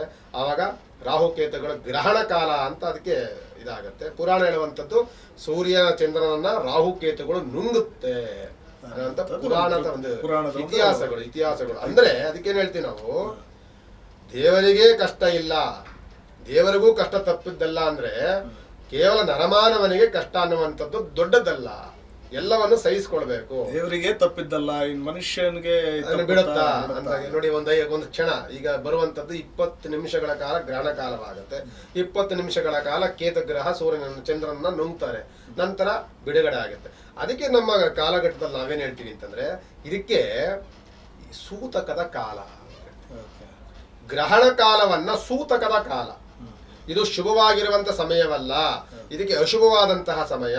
ಸೂತಕ ಅಂತ ನಾವೇನೇನು ಹೇಳ್ತೀವಿ, ಮರಣವಾದ ಸೂತಕ ಅಂತ ಹೇಳ್ತೀವಿ, ಒಂದು ಜನನವಾದ ಸೂತಕ ಅಂತ ಹೇಳ್ತಿರ್ತೀವಿ. ಅದೇ ರೀತಿ ಬೇರೆ ಬೇರೆ ಸೂತಕಗಳು ಬರ್ತಾ ಇರ್ತದೆ. ಇದಕ್ಕೆ ಸೂತಕದ ಕಾಲ. ಈ ಸೂತಕದ ಕಾಲದಲ್ಲಿ ನಾವೇನ್ ಮಾಡ್ಬೇಕು, ಭೋಜನಾದಿಗಳನ್ನ ತ್ಯಜಿಸ್ಬೇಕು, ಹೊರಗಡೆ ಪ್ರಯಾಣವನ್ನ ತ್ಯಜಿಸ್ಬೇಕು, ದೇವರ ದರ್ಶನವನ್ನ ತ್ಯಜಿಸ್ಬೇಕು. ಪ್ರತಿಯೊಂದು ಸಹ ಈ ಸೂತಕದ ಕಾಲವನ್ನ ನಾವು ಅದಕ್ಕೆ ದೇವಸ್ಥಾನ ಬಂದ್ ಮಾಡ್ತೀವಿ. ದೇವರಿಗೆ ಪೂಜೆ ಪುನಸ್ಕಾರಾದಿಗಳನ್ನು ಮಾಡೋದಿಲ್ಲ. ಯಾಕೆ, ಸೂತಕ ಅಂದ್ರೆ ಶುದ್ಧಿ ಇಲ್ಲ, ಅಶುದ್ಧಿ ಆಗಿದೆ. ಈಗ ಕೆಲವರು ಹೇಳ್ತಾರೆ, ನಾವು ಈ ಗ್ರಹಣ ಕಾಲದಲ್ಲಿ ಊಟ ಮಾಡ್ತೀವಪ್ಪ, ಏನಾಗ್ಬಿಡುತ್ತೆ, ತಿಂತೀವಿ ನಾವು, ಅದ ಏನಾಗ್ಬಿಡುತ್ತೆ, ಯಾಕೆ ಉಪವಾಸ ಇರಬೇಕು ಗ್ರಹಣ ಕಾಲದಲ್ಲಿ? ಮೊದ್ಲೇನೆ ಈಗ ಗ್ರಹಣ ಸಂಭವಿಸೋದಕ್ಕೆ 2-3 ಗಂಟೆ ಇದ್ದಾಗ್ಲೇನೆ ಊಟ ತ್ಯಜಿಸಿ, ನೀರು ಕುಡಿಬೇಡಿ, ಊಟ ಮಾಡಬೇಡಿ ಅಂತಾರೆ. ಯಾಕೆ ಮಾಡಬಾರ್ದು? ನಾವು ಮಾಡ್ತೀವಿ ಅನ್ನೋರು ಇದ್ದಾರೆ. ಸರ್, ಈ ವಿತಂಡವಾದಗಳನ್ನ ಮಾಡೋರ್ನ ನಾವು ತಡಿಬಾರದು. ವಿತಂಡವಾದಗಳನ್ನ ಮಾಡೋರು ಅತಿಯಾದಂತಹ ಬುದ್ಧಿಜೀವಿಗಳು ಅಂತ ನಾವು ಹೇಳ್ತೀವಿ ನಮ್ಮ ಭಾಷೆಯಲ್ಲಿ. ಅವ್ರನ್ನ ಯಾವತ್ತೂ ನಾವು ತಿದ್ದಕ್ಕೆ ಹೋಗ್ಬಾರ್ದು. ತಿದ್ದಕ್ಕೆ ಹೋದಾಗ ನಾವೇ ಒಂದು ಬುದ್ಧಿಹೀನರಾಗ್ಬಿಡ್ತೀವಿ. ಆದ್ದರಿಂದ ಅಂಥವ್ರನ್ನ ಬಿಟ್ಟು ಬಿಡಬೇಕು. ಸೊ ನಿಮ್ಗೆ ಅನ್ಸುತ್ತೆ, ನೀವು ತೊಗೊಳ್ಳಿ. ಯಾಕೆಂದ್ರೆ ಪುರಾಣಗಳು ಹೇಳುತ್ತೆ, ಇವತ್ತಲ್ಲ, ನೀವು ರಾಮಾಯಣ ಕಾಲಗಳು ತೆಗೆದುಕೊಳ್ಳಿ, ಮಹಾಭಾರತ ಕಾಲಗಳು ತೆಗೆದುಕೊಂಡ್ರೆ ಎಲ್ಲದರಲ್ಲೂ ಸಹ ಗ್ರಹಣ ಕಾಲಗಳನ್ನ ಉಲ್ಲೇಖ ಮಾಡಿದ್ದಾರೆ. ನಮ್ಮ ಋಷಿಮುನಿಗಳು ಅವರ ತಪಸ್ವಿ ಸಾಧನೆಗಳಿಂದ ಇದೆಲ್ಲವೂ ಸಹ ನಮಗೆ ಗೋಚರ. ನೋಡಿ, ಇವತ್ತಾಗುವಂತ ಗ್ರಹಣವನ್ನ ನಾವು 10 ವರ್ಷದ ಮುಂದೆ ಆಗುವಂತ ಗ್ರಹಣವನ್ನ ನಾವು ಅದನ್ನ ಮೆನ್ಷನ್ ಮಾಡ್ತೀವಿ. ಅಂದ್ರೆ ಅದು ಸುಮ್ಮನೆ ನಿಖರವಾಗಿ ಇಂಥ ದಿನ ಸಮಯಕ್ಕೆ ಸೆಕೆಂಡ್ ಬರುತ್ತೆ ಅಂತ ಈಗಲೇ ನಾವು ಮೆನ್ಷನ್ ಮಾಡ್ತೀವಿ. ಅಂದ್ರೆ ಇದೆಲ್ಲವೂ ಸಹ ಯಾವುದು ಸುಮ್ಮನೆ ಬರೋದಿಲ್ಲ. ಇದೆಲ್ಲವೂ ಬಹಳ ವರ್ಷಗಳ ಹಿಂದೆ ಸಾಧನೆ ಮಾಡುವಂತ ಋಷಿಗಳ ಒಂದು ಭಿಕ್ಷಾ, ಒಂದು ನಮಗೆ ಈಗ ಸಿಕ್ಕಿ ಕೊಟ್ಟಿರುವಂಥದ್ದು. ಇದೆಲ್ಲವೂ ಸಹ ಯಾವುದು ಸುಮ್ಮನೆ ಬರೋದಿಲ್ಲ. ಇದರಿಂದ ನಾನು ವಿತಂಡವಾದಗಳನ್ನ ಮಾಡ್ತೀನಿ, ನಾನು ವಿತಂಡವಾಗಿ ವಿರುದ್ಧವಾಗಿ, ನಾನು ಶಾಸ್ತ್ರಕ್ಕೆ ವಿರುದ್ಧವಾಗಿ ನಡೀತೀನಿ, ಇದೆಲ್ಲ ಅಂದಾಗ ಸೊ ಅವ್ರನ್ನ ಬಿಟ್ಟು ಬಿಡ್ಬೇಕು. ನಾವ್ಯಾವ್ದು ಅವ್ರನ್ನ ವೈಜ್ಞಾನಿಕ ಕಾಲದಲ್ಲಿ ನೀವೇನು ಎಲ್ಲಿದಿರಿ ಶಾಸ್ತ್ರ ಸರ್, ಆಧ್ಯಾತ್ಮಿಕ ಅನ್ನುವಂಥದ್ದು ಮೊದಲುಟ್ಟುತ್ತೆ ಸರ್. ಎಲ್ಲೇ ಹೋದ್ರೆ ನೀವು ಆಧ್ಯಾತ್ಮಿಕ ಫಸ್ಟ್ ಶಾಸ್ತ್ರ ಅನ್ನುವಂಥದ್ದು ಹುಟ್ಟಿದ ನಂತರದಲ್ಲೇ ವಿಜ್ಞಾನ ಹುಟ್ಟುತ್ತೆ. ಒಂದು ಆಯುರ್ವೇದಿಕ್ ಅಂತ ತೆಗೆದುಕೊಂಡ್ರು ಸಹಿತ ಒಂದು ಮೆಡಿಕಲ್ ಎಲ್ಲಿ ಹುಡ್ತು ಅಂತಂದ್ರೆ ಆಯುರ್ವೇದಿಕ್ ಇಂದ ಹುಡ್ತು ಅಂತ ಹೇಳ್ತಾರೆ ಅಲ್ವಾ. ಪ್ರತಿಯೊಂದನ್ನು ಕಾಲಘಟ್ಟ ಎಲ್ಲ ಹೋಗುತ್ತೆ ಅಂತಂದ್ರೆ ಕೊನೆಗೆ ಮೂಲಕ್ಕೆ ಎಲ್ಲ ಹೋಗುತ್ತೆ ಅಂತಂದ್ರೆ ನಿಮಗೆ ಕೃತಾಯುಗಕ್ಕೆ ಹೋಗುತ್ತೆ. ಮೂಲನೇ ಜ್ಯೋತಿಷ್ಯ. ಓಕೆ, ಈಗ ಒಂದು ರಾಕೆಟ್ ಉಡಾವಣೆ ಮಾಡಬೇಕು ಅಂದ್ರೆ ಹೋಗಿ ದೇವರಲ್ಲಿ ಒಂದು ಪ್ರಾರ್ಥನೆ ಮಾಡ್ಕೊಂಡೇ ಬರ್ತಾರೆ ನೋಡಿ. ಅಂತ ವೆಂಕಟೇಶ್ವರ ಸ್ವಾಮಿ ಸನ್ನಿಧಾನಕ್ಕೆ ಹೋಗಿ ಭೂಮಂಡಲದಲ್ಲಿ ಕೆಲಸ ಮಾಡ್ತಾರೆ. ಭೂಮಂಡಲದಲ್ಲಿ, ನಭಮಂಡಲದಲ್ಲಿ, ಇಡೀ ಭೂಮಿಯಲ್ಲಿ ಏನೇ ನಡೀತಿದೆ ಅಂತ ನೋಡ್ಲಿಕ್ಕೆ ಮತ್ತೊಂದು ಒಂದು ಗ್ರಹಕ್ಕೆ ನಾವು ಉಡಾವಣೆ ಮಾಡಬೇಕು ಅಂತ ಅಂದಾಗ ಅಂತಹ ಒಂದು ಉತ್ತಮವಾದಂತ ಕೈಂಕರ್ಯ ಮಾಡ್ಬೇಕಾದ್ರೆ ಆ ಭಗವಂತನ ಅನುಗ್ರಹ ಇರ್ಲಿ ಅಂತ ನಾವು ಪ್ರಾರ್ಥನೆ ಮಾಡಕ್ ಹೋಗ್ತೀವಿ ಅಂತಂದ್ರೆ, ಅಂತ ವಿಜ್ಞಾನಿಯೇ ದೇವರು ನಂಬ್ತಾನೆ ಅಂತ ಅಂದ್ರೆ ವಿಜ್ಞಾನಿಗಿಂತಲೂ ಬುದ್ಧಿವಂತರನ್ನ ನಾವು ಕೆಣಕಕ್ ಹೋಗಬಾರದು. ಅಂತಹ ವಿಜ್ಞಾನಿಗಳೇ ದೇವರ ರಕ್ಷಣೆ ಆಗಬೇಕಪ್ಪ. ಯಾವುದೇ ಒಂದು ಮಾಡಬೇಕಾದ್ರೂ ನಿಮ್ಗೆ ಉದಾಹರಣೆ, ನಿಮ್ಗೆ ಯಾವುದೋ ಒಂದು ಡಾಕ್ಟ್ರು ನಿಮ್ಮ ಮನೆ ಫ್ಯಾಮಿಲಿಗೆ ಯಾವುದೋ ಒಂದು ಡಾಕ್ಟ್ರು ಹುಷಾರಿಲ್ಲ ಕರ್ಕೊಂಡು ಹೋಗ್ತೀರಿ, ಒಂದು ಆಪರೇಷನ್ ಮಾಡ್ತೆಲ್ಲ ಮಾಡಿದ್ಮೇಲೆ ಅವನು MBBS ಓದಿರ್ತಾನೆ, ಅವ್ನಿಗೆಲ್ಲವೂ 100% ಗೊತ್ತು ಅವ್ರಿಗೆ. ಆಲ್ಮೋಸ್ಟ್ ಇದೆಲ್ಲ ಕ್ಲಿಯರ್ ಆಗುತ್ತೆ, ಆಲ್ಮೋಸ್ಟ್ ಇದೆಲ್ಲ 90% ಚೆನ್ನಾಗಿದೆ, 10% ಚೆನ್ನಾಗಿಲ್ಲ, ಅದು 10% ಅವ್ರ ಕೈಲಿ ಆಗೋದು, 90% ಚೆನ್ನಾಗಿಲ್ಲ ಅಂದಾಗ ಲಾಸ್ಟ್ ಡಾಕ್ಟರ್ ಹೇಳ್ತಾರೆ, ನಮ್ಮ ಕೆಲಸ ಎಲ್ಲ ಪ್ರಯತ್ನ ಮಾಡಿಬಿಟ್ಟಿದ್ವಿ, ನೀವು ದೇವ್ರದೊಂದು ಪ್ರಾರ್ಥನೆ ಮಾಡ್ಕೊಳ್ಳಿ ಅಂತ ಡಾಕ್ಟರ್ ಅಂತಾರೆ. ನಮ್ಮ ಪ್ರಯತ್ನ ನಾವು ಮಾಡಿದ್ವಿ, ಭಗವಂತ ಬ್ಲೇಡ್ ತಗೊಂಡು ಸುಮ್ಮನೆ ಒಂದು ಸ್ಕ್ರಾಚ್ ಮಾಡ್ಬೇಕಾದ್ರೂ ಫಸ್ಟ್ ದೇವ್ರ ಪ್ರಾರ್ಥನೆ ಮಾಡ್ಕೊಂಡು ನಾನು ಕೆಲಸ ಮಾಡ್ತಿದ್ದೀನಪ್ಪ, ಈ ಮನುಷ್ಯನಿಗೆ ಉಳಿಸೋದು ಬೆಳೆಸೋದು ನಿನ್ನ ಬಿಟ್ಟಿದ್ದು ಅಂದ್ಬಿಟ್ಟು ಅವ್ನು ಪ್ರಾರ್ಥನೆ ಮಾಡ್ಕೊಂಡು ಮಾಡ್ತೇನೆ. ಡಾಕ್ಟ್ರು ಮಾಡ್ತಿರ್ತಾರೆ, ಒಬ್ಬ ವಿಜ್ಞಾನಿ ಮಾಡ್ತಿರ್ತಾರೆ. ಡಾಕ್ಟ್ರು ವಿಜ್ಞಾನಿಗಳಿಂತಲೂ ಬುದ್ಧಿವಂತರು ಒಬ್ರು ವ್ಯಕ್ತಿ ಇದ್ದಾರೆ ಅಂತಂದ್ರೆ ನಾವ್ ಯಾಕೆ ಅವ್ರನ್ನ ಕೆದಕಕ್ಕೆ ಹೋಗ್ಬೇಕು? ಓಕೆ. ಇನ್ನು ಈ ಗ್ರಹಣ ಅಂತ ಬಂದಾಗ ಅದು ಸೂರ್ಯಗ್ರಹಣ ಇರ್ಬೋದು, ಚಂದ್ರಗ್ರಹಣ ಇರಬಹುದು. ಈಗ ತಿನ್ನುವಂತ ಆಹಾರ ಪದಾರ್ಥಗಳಿಗೆ ದರ್ಬೆ ಯಾಕೆ ಹಾಕ್ಬೇಕು, ದರ್ಬೆಯ ವಿಶೇಷತೆ ಏನು, ಅದ್ರ ಬಗ್ಗೆ ತಿಳಿಸ್ಕೊಡಿ ನಮ್ಮ ವೀಕ್ಷಕ. ನೋಡಿ, ಉತ್ತಮವಾದಂತಹ ಒಂದು ಪ್ರಶ್ನೆ ಇದು. ಪ್ರತಿಯೊಂದು ದೇವತೆಯನ್ನ, ಪ್ರತಿಯೊಂದು ಪ್ರೇತಾತ್ಮವನ್ನ ಒಂದು ನೆಗೆಟಿವ್ಸ್ ಅಂಡ್ ಪಾಸಿಟಿವ್ ಎರಡನ್ನೂ ಸಹ ಕಂಟ್ರೋಲ್ ಮಾಡುವಂತಹ ಒಂದು ಸಾಧನ ಯಾವ್ದಾದ್ರು ಇದೆ ಅಂದ್ರೆ ಅದು ಅಸ್ತ್ರ ಅಂತ ಇದ್ರೆ ಅದು ದರ್ಬೆ. ನೀವು ಎನಿ ಒನ್ ಪೂಜೆ, ನೀವು ಯಾವ್ದೋ ಪೂಜೆ ತಗೊಳ್ಕೊಳ್ಳಿ, ಒಂದು ಅಶುಭ ತಗೊಳ್ಳಿ, ಒಂದು ಶುಭ ತಗೊಳ್ಳಿ, ಯಾವುದಕ್ಕೂ ಕಂಟ್ರೋಲ್ ಅಂಡ್ ಆವಾಹನೆ ಮಾಡಬೇಕು ಮತ್ತೆ ಉಚ್ಚಾಟನೆ ಮಾಡಬೇಕು. ದರ್ಬೆ ಬೇಕೇ ಬೇಕು, ಅದು ಬೇಕೇ ಬೇಕು. ಅದಿಲ್ಲ ಅಂತಂದ್ರೆ ನಿಮ್ಗೆ ಪೂರ್ಣ ಆಗೋದೇ ಇಲ್ಲ, ಅದಕ್ಕೆ ಎಲ್ಲೂ ನಿಮಗೆ ಸಾರ್ಥಕತೆ ಇರೋದಿಲ್ಲ. ಮತ್ತೆ ಇನ್ನೊಂದು ತಿಳ್ಕೊಳ್ಳಿ, ಈ ದರ್ಬೆಯ ಪಾವಿತ್ರತೆ ಇದು ಯಾರಿಗೆ ಅತ್ಯಂತ ಪ್ರಿಯವಾಗಿರುವಂತದ್ದು ಅಂದ್ರೆ ಕೇತುಗ್ರಹನಿಗೆ ಪ್ರಿಯವಾದಂತಹ ಒಂದು ಪತ್ರ ಯಾವುದು ಅಂತ ಅಂದ್ರೆ ಅದು ದರ್ಬೆ. ದರ್ಬೆಯ ಒಂದು ಇತಿಹಾಸ ಅಥವಾ ಪೌರಾಣಿಕ ಹಿನ್ನೆಲೆ ನಿಮ್ಗೆ ಇತಿಹಾಸ ನಿಮ್ಗೆ ಗೊತ್ತಿದೆ. ದರ್ಬೆನ ಅಮೃತವನ್ನ ಎತ್ಕೊಂಡು ಹೋಗ್ಬೇಕಾದ್ರೆ ಗರುಡ ಮತ್ತೆ ಇವಂದು ಒಂದು ವಿಶ್ಲೇಷಣೆ ಸಿಗುತ್ತೆ ನಿಮ್ಗೆ. ಎತ್ಕೊಂಡು ಹೋಗ್ಬೇಕಾದ್ರೆ ಅಟ್ಟಾಟಾಗ ಚೆಲ್ಲೋ ಬಿಡುತ್ತೆ ಅದು. ಅಮೃತ ಚೆಲ್ಲದಾಗ ಅಮೃತದ ಬಿಂದುಗಳು ಏನ್ ಮಾಡುತ್ತೆ, ದರ್ಬೆ ಮೇಲೆ ಬಿದ್ದಿರುತ್ತೆ.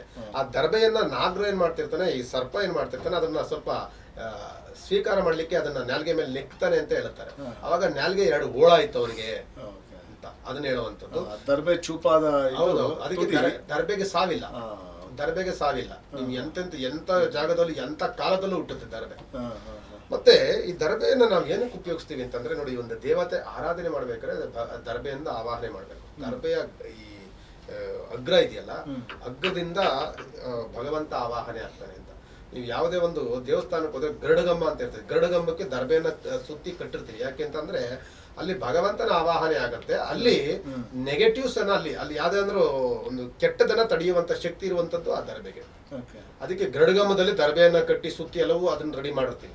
ಏನಕ್ಕೆ ಅಂದ್ರೆ ಅಲ್ಲಿ ಈ ದೇವಸ್ಥಾನದ ಒಳಗಡೆ ಯಾವ್ದನ್ನು ನೆಗೆಟಿವ್ಸ್ ಯಾವ್ದನ್ನು ಇನ್ನು ಒಳಗಡೆ ಪ್ರವೇಶ ಮಾಡ್ಲಿಕ್ಕೆ ಆಗೋದಿಲ್ಲ. ಅದೇ ರೀತಿಯಾಗಿ ಒಂದು ಪಿತೃ ಕಾರ್ಯ ಮಾಡಬೇಕು, ಯಾವ್ದೋ ಒಂದು ತರ್ಪಣ ಬಿಡಬೇಕು, ಒಂದು ಪಿಂಡವನ್ನು ಮಾಡಬೇಕು ಅಂತಂದ್ರೆ ಅಲ್ಲಿ ಪಿತೃಗಳನ್ನ ಆವಾಹನೆ ಮಾಡ್ಲಿಕ್ಕೆ ದರ್ಬೆ ಬೇಕು. ದರ್ಬೆ ಇಲ್ಲಾಂದ್ರೆ ಮೋಕ್ಷ ಇಲ್ಲ. ಅದೇ ರೀತಿಯಾಗಿ ಈ ನೆಗೆಟಿವ್ಸ್ ಪ್ರಾಬ್ಲಮ್ ಅನ್ನ, ಈಗ ಆಗುವಂತಹ ರಶ್ಮಿ ಕಿರಣಗಳನ್ನ ತಡಿಬೇಕು ಅಂತಂದ್ರೆ ಅಲ್ಲಿ ದರ್ಬೆಯನ್ನ ಹಾಕ್ಬೇಕು. ಅದನ್ನ ಎಲ್ಲದನ್ನು ಅವಾಯ್ಡ್ ಮಾಡುತ್ತದು. ನೀವು ಕರೆದ್ರಾಗ ಆವಾಹನೆ ಮಾಡೋಕ್ಕೂ ಅದು ಯೂಸ್ ಮಾಡ್ಕೊಳ್ತೀವಿ, ಮತ್ತೆ ಅದನ್ನ ಅವಾಯ್ಡ್ ಮಾಡ್ಲಿಕ್ಕೂ, ಅದನ್ನ ಹೋಗಲಾಡ್ಸಕ್ಕೂ ಸಹ ದರ್ಬೆಯನ್ನ ಯೂಸ್ ಮಾಡ್ತೀವಿ. ದರ್ಬೆ ಅನ್ನುವಂಥದ್ದು ಅತ್ಯಂತ ದೈವತ ಮತ್ತು ಪಿತೃ ಕಾರ್ಯ ಮತ್ತೆ ದೇವ ಕಾರ್ಯ ಎರಡಕ್ಕೂ ಸಹ ಒಂದು ದೊಡ್ಡ ಮಟ್ಟದ ಒಂದು ದಂಡದ ರೂಪದಲ್ಲಿ ಅದನ್ನ ನಮ್ಮನ್ನ ಕಾಪಾಡುತ್ತೆ. ದರ್ಬೆ ಬಳಸೋದ್ರಿಂದ ಪಿತೃಗಳಿಗೆ ಮೋಕ್ಷ ಸಿಗುತ್ತೆ. ದರ್ಬೆ ಇದ್ರೇನೆ ಮೋಕ್ಷ ಸಿಗುತ್ತೆ. ಮೋಕ್ಷ. ಇದಕ್ಕೆ ನೀವು ಒಂದು ವಿಚಾರಗಳನ್ನ ನಾವು ತಿಳ್ಕೊಳ್ತೀವಿ. ಏನಕ್ಕೆ ಊಟ ಮಾಡಬೇಡಿ ಅಂತೀರಿ, ಏನಕ್ಕೆ ನೀವು ಹೊರಗಡೆ ಓಡಾಡಬೇಡಿ ಅಂತೀರಿ ಎಲ್ಲವೂ ಅಂತ ಅಂದಾಗ, ನೋಡಿ, ಗ್ರಹಣ ಕಾಲ ಅಂತ ಅಂದಾಗ ಸೂರ್ಯಗ್ರಹಣವಾಗಲಿ ಚಂದ್ರಗ್ರಹಣವಾಗಲಿ ಅದು ಸೂರ್ಯನ ಕಿರಣಗಳು ನೇರವಾಗಿ ಭೂಮಿ ಮೇಲೆ ಬೀಳುತ್ತೆ. ಒಂದು ಚಂದ್ರನ ಬಿಂಬವಾಗಿರ್ಬೋದು ಅಥವಾ ಸೂರ್ಯನ ಕಿರಣಗಳಾಗಿರ್ಬೋದು, ಪ್ರತಿಯೊಂದು ಭೂಮಿ ಮೇಲೆ ಅದು ಆದಾಗ ಈ ಗ್ರಹಣ ಕಾಲಗಳು ಒಂದು ಕೆಟ್ಟ ಒಂದು ಗ್ರಹಗಳಿಗೆ ಸ್ಪರ್ಶವಾಯಿತು ಅಂತ ಅಂದಾಗ ಒಳ್ಳೇದೇನಾಗುತ್ತೆ, ಕೆಟ್ಟದಾಗುತ್ತೆ. ಒಳ್ಳೇದೇನಾಗುತ್ತೆ, ಅಲ್ಲಿ ವಿಷಪೂರಿತವಾಗುತ್ತೆ. ಕಿರಣಗಳು, ಉತ್ತಮವಾದಂಥ ಕಿರಣಗಳೇನಾಗುತ್ತೆ, ವಿಷಪೂರಿತವಾದಂಥ ಕಿರಣಗಳಾದಾಗ ಆ ಕಿರಣಗಳು ಎಲ್ಲೆಲ್ಲಿ ಸ್ಪರ್ಶವಾಗುತ್ತೋ, ಒಂದು ಭೂಮಿ ಮೇಲೆ ಒಂದು ಸಸ್ಯ, ಒಂದು ಗಿಡ ಬೆಳೀತಾ ಇದೆ ಅಂದ್ರೆ ಆ ಗ್ರಹಣ ಕಾಲದ ಕಿರಣಗಳು ಆ ಸಸ್ಯ ಮೇಲೆ ಬಿದ್ದಾಗ ಸಸ್ಯ ನಾಶವಾಗುತ್ತೆ. ಮೊಳಕೆ ಹುಟ್ಟುವಂತಹ ಒಂದು ಗಿಡವೂ ಸಹಿತ ನಶಿಸಿ ಹೋಗುತ್ತೆ. ಗ್ರಹಣದ ಒಂದು ವೈಶಿಷ್ಟ್ಯತೆ, ಗ್ರಹಣದ ಪವರ್ ಏನಿದೆ ಅಂತ ನಿಮ್ಗೆ ಅಲ್ಲಿ ಗೊತ್ತಾಗುತ್ತೆ. ಅದೇ ರೀತಿಯಾಗಿ ಒಂದು ಆಹಾರದ ಮೇಲೆ ಬಿದ್ದಾಗ ಅದು ಚೆನ್ನಾಗಿರುವಂತ ಆಹಾರ ವಿಷಪೂರಿತವಾಗುತ್ತೆ. ಆ ಪರ್ಟಿಕ್ಯುಲರ್ ಆ ಕಾಲ ಮುಗಿದ ನಂತರದಲ್ಲಿ ಆ ಒಂದು ಆಹಾರ ಅನುಕೂಲಕರವಾಗಿರುತ್ತೆ. ಆದ್ರೆ ಆ ಪರ್ಟಿಕ್ಯುಲರ್ ಕಾಲನ ನಾವು ರಕ್ಷಣೆ ಮಾಡಬೇಕು ಅಂತ ಅಂದಾಗ ಒಂದು ನೀರಾಗಿರಲಿ, ಒಂದು ಆಹಾರದ ಆದ ಒಂದು ಪದಾರ್ಥ ಮಿಕ್ಕಿರೋದಾಗಲಿ, ಅದಕ್ಕೆ ನಾವು ಒಂದು ದರ್ಬೆಯನ್ನು ಹಾಕಿದಾಗ ಆ ಒಂದು ನೆಗೆಟಿವ್ ಪ್ರಾಬ್ಲಮ್ ಅಂತ ಏನು ವಿಷಪೂರಿತವಾದಂಥ ಬರುವಂಥ ಕಿರಣಗಳನ್ನು ಅದು ಸ್ವೀಕಾರ ಮಾಡುತ್ತೆ. ಯಾವ ಸ್ವೀಕಾರ ಮಾಡುತ್ತೆ? ದರ್ಬೆ ಸ್ವೀಕಾರ ಮಾಡುತ್ತೆ. ಓಕೆ. ಅಲ್ಲಿ ಆ ಆಹಾರವನ್ನು ಶುದ್ಧತೆಯನ್ನು ಅದು ಕಾಪಾಡುತ್ತೆ. ಆ ಶುದ್ಧತೆ ಕಾಪಾಡುವುದಕ್ಕೋಸ್ಕರವಾಗಿ ದರ್ಬೆಯನ್ನು ಯೂಸ್ ಮಾಡಬೇಕು. ಇನ್ನ ಸಾಮಾನ್ಯವಾಗಿ ನಾವು ದರ್ಬೆ ಬಗ್ಗೆ ಮಾತಾಡ್ತೀವಿ, ಅದ್ರ ಜೊತೆಗೇನೆ ಈಗ ಗ್ರಹಣದ ಸಂದರ್ಭದಲ್ಲಿ ದೇವರ ವಿಗ್ರಹಗಳನ್ನ ಯಾಕೆ ಮುಟ್ಟಬಾರದು ಮತ್ತೆ ದೇವಸ್ಥಾನಗಳನ್ನ ಯಾಕೆ ಮುಚ್ಚಿರುತ್ತೆ ಅಂತ. ಅದಕ್ಕೆ ನಾನು ಫಸ್ಟ್ ನಿಮ್ಗೆ ಒಂದು ಮಾತು ಹೇಳಿದೆ. ಇದು ಈ ಕಾಲಘಟ್ಟವನ್ನು ನಾವು ಶುಭವಿಲ್ಲದಂಥ ಕಾಲಘಟ್ಟ, ಸೂತಕದ ಕಾಲ ಅಂತ ಹೇಳ್ತೀವಿ. ಸೂತಕದಲ್ಲಿ ಯಾವುದೇ ದೇವತಾ ಆರಾಧನೆಗಳನ್ನ, ದೇವ ಪೂಜೆಗಳನ್ನು ನಾವು ಮಾಡೋದಿಲ್ಲ. ಇದು ಸೂತಕದ ಕಾಲ. ಇದಕ್ಕೆ ಕೆಟ್ಟದಕ್ಕೆ ಶಕ್ತಿ ಜಾಸ್ತಿ, ದೇವರಿಗೆ ಶಕ್ತಿ ಹೀನವಾಗ್ತಾರೆ. ಶಕ್ತಿ ಹೀನವಾದಂಥ ಕಾಲ. ದೇವತೆಗಳು ಸಹ ಶಕ್ತಿ ಹೀನರಾಗುವಂಥ ಕಾಲ ಯಾವುದು ಅಂತಂದ್ರೆ ಗ್ರಹಣ ಕಾಲಗಳು. ಅಲ್ಲಿ ಯಾವ್ದಕ್ಕೆ ಶಕ್ತಿ ಇರುತ್ತೆ ಅಂತಂದ್ರೆ ದೈತ್ಯರಿಗೆ ಶಕ್ತಿ ಇರುತ್ತೆ, ದೇವತೆಗಳಿಗೆ ಶಕ್ತಿ ಕಡಿಮೆ. ಗ್ರಹಣ ಸಂದರ್ಭ ಈ ಕೇತು ಮತ್ತೆ ರಾಹು ಯಾರಂತಂದ್ರೆ ಅವರು ದೇವತೆಗಳ ದೈತ್ಯರವರು, ರಾಕ್ಷಸ ರೂಪದವರು, ರಾಕ್ಷಸ ಕುಲದವರು. ಇವ್ರಿಗೆ ಈಗ ಉತ್ತಮವಾದಂತ ಕಾಲ. ಒಂದು ದಿನದಲ್ಲೂ ಸಹ ಅವ್ರ ಕಾಲಗಳು ಬರುತ್ತೆ ನಿಮ್ಗೆ. ರಾಹು ಕಾಲ ಮತ್ತೆ ಗುಳಿಕ ಕಾಲ ಅಂತ ನಾವು ಹೇಳ್ತಿರ್ತೀವಿ, ಯಮಗಂಟ ಕಾಲ ಅಂತ ಹೇಳ್ತೀವಿ. ದಿನಕ್ಕೊಂದು ಅವೆಲ್ಲವೂ ಸಹ ರಾಕ್ಷಸರ ಕಾಲಗಳು ಅಂತ. ಅದಕ್ಕೆ ನಾವು ರಾಹು ಕಾಲದಲ್ಲಿ ನೋಡಿ ಪ್ರಯಾಣ ಏನು ಮಾಡೋದಿಲ್ಲ, ಗುಳಿಕ ಕಾಲದಲ್ಲಿ ಏನು ಪ್ರಯಾಣ ಮಾಡೋದಿಲ್ಲ, ಯಮಗಂಟ ಕಾಲವನ್ನ ನಾವು ಯೂಸ್ ಮಾಡೋದಿಲ್ಲ. ಏನಕ್ಕಾಗಿದೆ? ಪ್ರತಿದಿನವೂ ಅವ್ರ ಕಾಲಗಳು ಬರುತ್ತೆ. ಅದೇ ರೀತಿಯಾಗಿ ಈ ಗ್ರಹಣ ಕಾಲವನ್ನ ರಾಕ್ಷಸರ ಕಾಲ ಅಂತ ಹೇಳ್ತೀವಿ. ಈ ರಾಕ್ಷಸರ ಕಾಲ ಏನಕ್ಕೆ ಯೂಸ್ ಮಾಡ್ತಾರೆ ಅಂತಂದ್ರೆ ನಾನು ಆಗ್ಲೇ ಹೇಳಿದೆ, ಅದಕ್ಕೇನೆ ಪಿತೃ ಕಾರ್ಯಗಳು, ಯಾವ್ದೋ ಸಿದ್ಧಿಗಳು ಮಾಡ್ಲಿಕ್ಕೆ. ಅದಕ್ಕೆ ನೀವು ನೋಡ್ಬೋದು ವಾಮಾಚಾರವನ್ನ ಮಾಡುವಂತವರು ಅಥರ್ವಣ ವಿದ್ಯೆ ಅಂತ ನಾವು ಹೇಳ್ತಿರ್ತೀವಿ. ದೇವತೆಗಳ ವಿದ್ಯೆಯನ್ನು ಬಿಟ್ಟು ಅಥರ್ವಣ ವಿದ್ಯೆಗಳು ಅಂತ ಇರುತ್ತೆ. ಈ ಅಥರ್ವಣ ವಿದ್ಯೆಗಳನ್ನು ಮಾಡ್ಲಿಕ್ಕೆ ಬಹಳವಾಗಿ ಯೂಸ್ ಮಾಡ್ಕೊಳ್ತಾರೆ ಈ ಗ್ರಹಣ ಕಾಲವನ್ನು. ಮಂತ್ರಸಿ ಆ ಮಂತ್ರಗಳ ಸಿದ್ಧಿಗಳು, ವಾಮಾಚಾರ ಈ ತರದೆಲ್ಲ ಇದಕ್ಕೆಲ್ಲವೂ ಸಹ ಇದು ಸಿದ್ಧಿ ಮಾಡ್ಕೊಳ್ಳಿಕ್ಕೆ ಇದನ್ನು ಯೂಸ್ ಮಾಡ್ಕೊಳ್ತಾರೆ ಗ್ರಹಣ ಕಾಲವನ್ನು. ಅದಕ್ಕೆ ನಾವು ಈ ಕಾಲಘಟ್ಟವನ್ನ ನಾವು ದೇವತೆಗಳ ಕಾಲ ಅನ್ನೋದಿಲ್ಲ, ಇದನ್ನ ರಾಕ್ಷಸರ ಕಾಲ. ಇದಕ್ಕೆ ದೇವತೆಗಳಿಗೆ ಶಕ್ತಿ ಹೀನರಾಗ್ತಾರೆ, ಶಕ್ತಿ ಕುಂದು ಹೋಗುವಂತದ್ದು ಕಾಲಗಳು. ಅದಕ್ಕೆ ನಾವೇನ್ ಮಾಡ್ತೀವಿ, ಈಗ ಎಲ್ಲ ಸೂತಕದ ಕಾಲ ಅಂತ ಬಂದಾಗ, ಸೂತಕ ನಮಗೊಂದು ಏನು ಕೆಟ್ಟದಾಯ್ತು ಅಂತಂದ್ರೆ ನಾವೇನಂತೀವಿ, ಅದಕ್ಕೆ ಸೂತಕ ಅಂತ ಹೇಳ್ತೀವಿ. ಇದಕ್ಕೆ ಆ ದೇವತೆಗಳಿಗೆ ಮತ್ತೆ ಆ ಒಂದು ಶುದ್ಧಿಯನ್ನ ಮಾಡಿ, ಒಂದು ಬಿಂಬಕ್ಕೆ ಒಂದು ಪೂಜೆಗಳನ್ನು ಮಾಡಿ, ಅನಂತರ ಅದಕ್ಕೊಂದು ಹೋಮವನ್ನು ಮಾಡಿ, ಇಂತಹ ಕಾಲಘಟ್ಟವೆಲ್ಲವೂ ಹೋಯ್ತು, ಇನ್ಮೇಲೆ ಒಳ್ಳೇದಾಗತ್ತೆ ಅನ್ನೋದಕ್ಕೋಸ್ಕರ ಭಗವಂತನ ಮತ್ತೆ ಆವಾಹನೆ ಮಾಡಿ ಅದಕ್ಕೆ ಶಕ್ತಿ ತುಂಬುವಂಥದ್ದು. ಅದಕ್ಕೋಸ್ಕರವಾಗಿ ಇಂಥ ಕಾಲಘಟ್ಟವನ್ನ ಆ ಕಿರಣಗಳು ಬಿಂಬ ಮೇಲೆ ಬೀಳಬಾರ್ದು, ಬಿಂಬ ಮೇಲೆ ಬೀಳಬಾರ್ದು ಅಂತ ದೇವರಿಗೂ ಸಹ ದರ್ಬೆಯನ್ನ ಕಟ್ಟಿರ್ತೀವಿ. ಅದಕ್ಕೋಸ್ಕರವಾಗಿ ದೇವತಾ ಆರಾಧನೆಯನ್ನ ಗ್ರಹಣ ಕಾಲದಲ್ಲಿ ತಿಳಿಸುವಂಥದ್ದು. ಓಕೆ, ಎಸ್, ಮಾತಾಡ್ತಾ ಹೋಗೋಣ. ಒಂದು ಚಿಕ್ಕ ಬ್ರೇಕ್ ತಗೊಂಡ್ಬರೋಣ. ಎಸ್ ವೀಕ್ಷಕರೇ, ಒಂದು ಸ್ಮಾಲ್ ಬ್ರೇಕ್ ನಂತರದಲ್ಲಿ ಗುರೂಜಿ ಜೊತೆ ಚಂದ್ರಗ್ರಹಣದ ಕುರಿತು ಮತ್ತಷ್ಟು ವಿಚಾರ ನಾನು ಮಾತಾಡ್ತಾ ಹೋಗ್ತೇನೆ.